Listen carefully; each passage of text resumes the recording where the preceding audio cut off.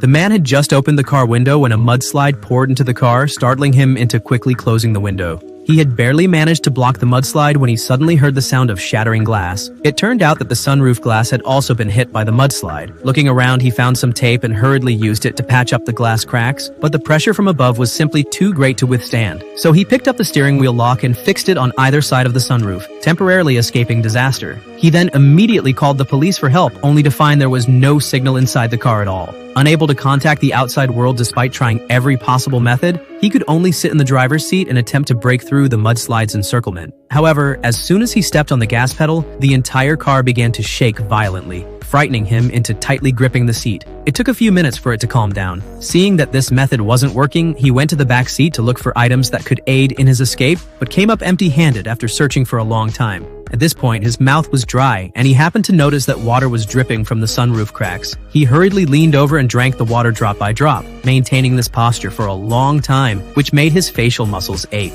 So he thought of a good idea. He broke a bank card and folded it into the shape of a funnel, allowing the water drops to flow into a bottle, solving his drinking water problem. But suddenly he found it difficult to breathe as the oxygen in the car was running out. He took out a hollow steel pipe, drilled a hole in the bottle cap, threaded a string through the cap, and finally stuffed the string into the steel pipe. Having completed all this, he took a deep breath, then took out a long iron wire, first threading it through the sunroof crack to drill a small hole in the mudslide to insert the hollow steel pipe.